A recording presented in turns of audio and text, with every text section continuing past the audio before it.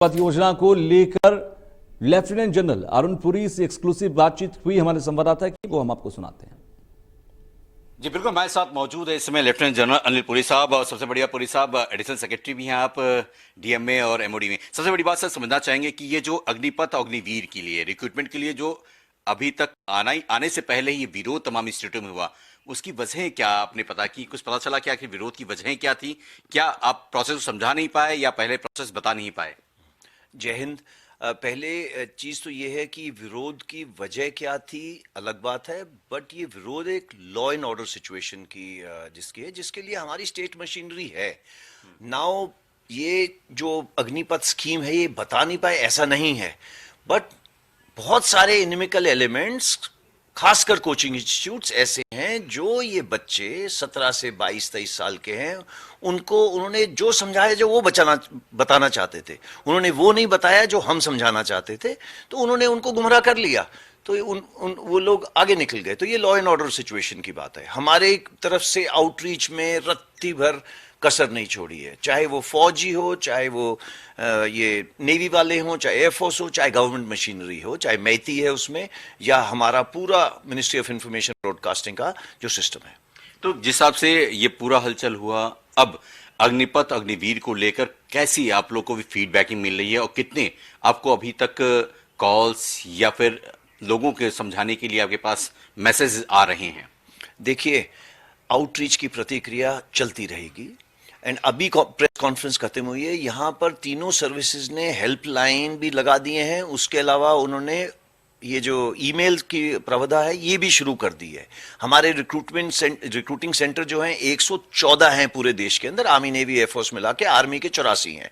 इन सब के अंदर प्रोविजन करा गया है कि कोई एक नॉर्मल बंदा कोई भी हो, चाहे अग्निवीर बनने वाले खुद हो या उसकी माँ हो, उसकी बहन हो, उसका फादर हो, वो जाके वहां से इसके बारे स्कीम में पता चल सकता है। ये अगेन आउटरीच का है, ये प्लान करा गया था 14 तारीख से। ये सब डॉक्यूमेंट्स उन लोगों के पास हैं सो दैट वो लोगों के दिमाग में आशंका निकाल सके और स्कीम के बारे में पता कर सके। नाउ कमिंग टू इसके बारे में क्या हुआ है, हमारे को क्लियर खबर मिली है कि लोग खेतों के बीच में दौड़ धूप कर रहे हैं। उन्होंने आज योगा करने के अलावा दौड़ दूड़ लगाई है और वो अपनी तैयारी कर रहे हैं कि भर्ती के लिए जल्द से जल्द आए।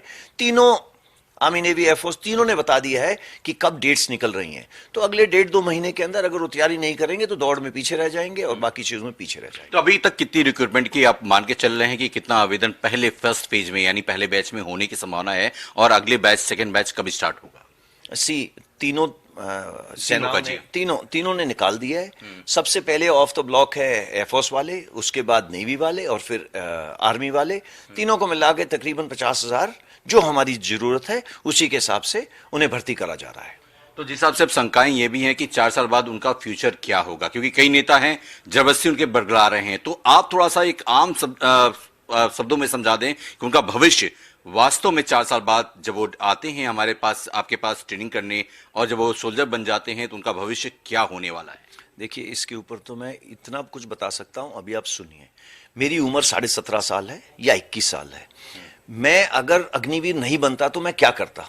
मैं 10वीं क्लास में होता तो मैं 12वीं करता, ओके, और फिर जाके कोशिश करता कि और कोई एजुकेशन में जाओ। कौन आज है जो 25 से 27 साल में उसे नौकरी मिल रही है?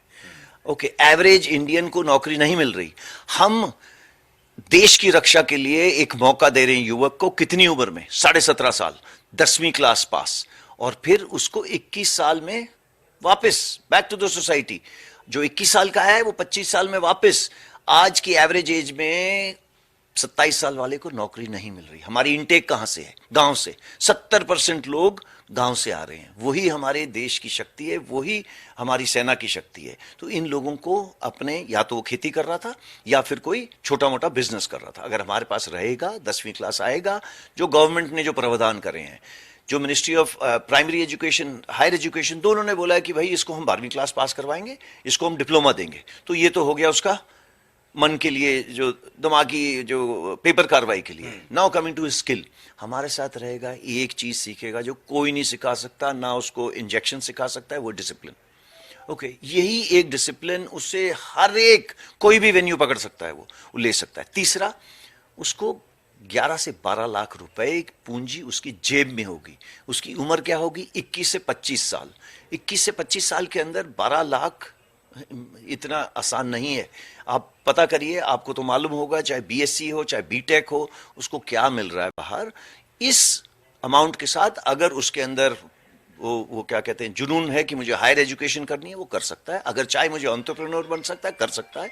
उसको और कोई अपनी चीजों का ध्यान रखना है, वो भी कर सकता है। तो हम उसको प्रिपेयर करके दे रहे हैं आगे वाला फेज 2 अपनी लाइफ का करने का। सबसे जरूरी चीज जो मैं आपको चाहूंगा कि आप बताएं, देश सेवा करने का एक ही मौका है, ये फिर नहीं मिलेगा। तो जैसा आपने कहा कि 27 साल बाद काम नहीं हो पाता, लेकिन अब जो आपकी ट्रेनिंग के बाद से निकलेंगे 4 साल बाद, उनकी भी एज करीबन 25, 26, 27 हो जाएगी। फिर उनका क्या होगा? सवाल ये कि फिर वो तमाम जो लोग हैं कह रहे हैं बेरोजगार हो जाएंगे। फिर उनके लिए क्या होगा कि वो कम से कम जो 11-12 लाख रुपए आप कह रहे हैं पैसे तो मिल जाएंगे, लेकिन फ्यूचर उनका क्या होगा? इस बात को भी थोड़ा सा अगर क्लियर कर दें तो बेहतर है। ओके, देखिए, 14 तारीख को स्कीम लॉन्च हुई थी। 15 तारीख को सुबह सुबह मिनिस्ट्री ऑफ होम अफेयर्स ने बोला कि मैं सीएपीएफ में और असम राइफल में हम लोग इन बच्चों को लेंगे, बच्चे युवा को लेंगे, अग्निवीर को लेंगे। 2 दिन के बाद उन्होंने बोला 10%। मिनिस्ट्री ऑफ डिफेंस ने क्या करा, बोला कि 10%, चाहे वो कोस्ट गार्ड हो चाहे वो सिविल डिफेंस एग्जाम हो। बट एक बहुत बड़ा मुद्दा जो बताना चाहूंगा, 14 तारीख को 2 चीजें हुई। एक, 10.5 लाख जॉब्स पूरे देश के लिए 1.5 साल में दी गई। हमारी तो केवल 50,000 थी, तो 10.5 लाख जॉब बहुत आगे हैं। ओके, एंड वो सब, उसमें सब कुछ है जो हमारे पास है, एक्सेप्ट उसमें देश की भक्ति नहीं है, उसमें नॉर्मल नौकरी है। तो युवक खुशी से वहां जाएं, कोई आपत्ति नहीं है उनको। नाउ कमिंग टू इसके बाद क्या होगा, तो ये दोनों ने तो बिल्कुल आरक्षण कर दिया है कि above ex serviceman, above everyone, ये 10% उनके लिए मिलेगा। बाकियों ने भी सेम प्रावधान करा है। बैंक जो अपने डीएफएस वाले हैं, फाइनेंस वाले हैं, उन्होंने बोला है कि बैंक लोन्स देंगे। बैंक लोन क्यों दे रहे हैं? मैं अगर उसके पास 12 लाख लिखवाऊंगा, उसने बोला कि मैं तेरे को इतनी % लोन दूंगा, और फिर जब आप आगे जाएंगे तो बैंक गारंटी मिलेगी, फिर आपका बिजनेस बढ़ सकता है। तो ये इतने सारे करे हैं। अगर मेरे जैसा कोई अपना ब्रिजिंग कोर्स करके कोई सिविल इंडस्ट्री में जाना था, सिविल इंडस्ट्री सबने बोला है। पिछले 2 दिन से सारे सिविल में जो बड़ी बड़ी इंडस्ट्रियलिस्ट हैं, वो बोल रहे हैं कि वो तहे दिल से अग्निवीरों का स्वागत करते हैं। एंड स्वागत ये बोलने वाली बात नहीं है। इंडस्ट्रियलिस्ट पिछले 25 साल से थे और अगले 25 साल और रहेंगे, तो वो हमेशा उनको एब्जॉर्ब करेंगे। बिकॉज दिमाग, फिजिकल प्रोवेस और डिसिप्लिन, सारी बुनियाद डिसिप्लिन पे है। तो इसके ऊपर देश अपने आप खड़ा हो जाएगा, और ये बाकी भी खड़े हो जाएंगे, अग्निवीर पक्का खड़े हो जाएंगे। नौजवानों के लिए क्या कुछ संदेश देना चाहेंगे आप? कि ये इधर उधर बहकना बंद करो। ओके, जाके अपनी तैयारी करो, थोड़ा व्यायाम करो, दंड लगाओ, सड़कों पे मत घूमो, एंड हमारे साथ आके काम करो। ये जिंदगी में कई किताबें लिख दोगे, प्रेमचंद से बहुत आगे निकल जाओगे, सिर्फ 4 साल में। Thank you.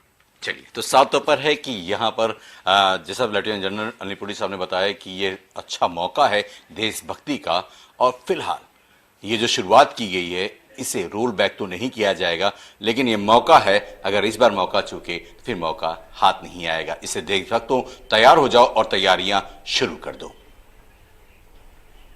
Ajay Srivastava, India News, Delhi.